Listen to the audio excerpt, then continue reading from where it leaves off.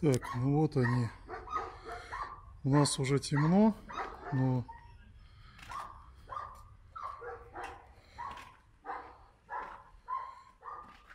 достаточно высокие кони, потому что вот я подхожу, у меня рост 1,77 м.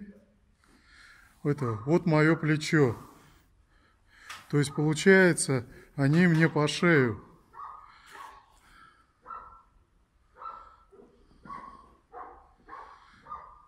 Это, ну вот, есть гнеды, это, так, что у нас получается? Гнедых, раз, два, три, четыре, 4 гнедых.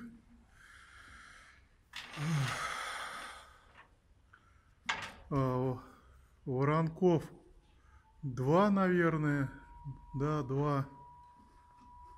Ну и вот такая масть, она такая красно-серая, я вот забыл, как она называется. Но это одна часть лошадей, то есть их здесь сейчас стоит 11, всего их 25.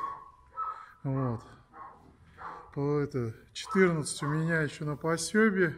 Этих мы поставили на откорм зерновой. Вот так они у нас питаются. Всегда овес в волю, вода в волю, сено всегда есть, подстилка опилки, потому что у нас 2 пилорамы своих. А это вот такие условия у нас у коней. Это откормочные кони. Есть еще очень большие кобылы.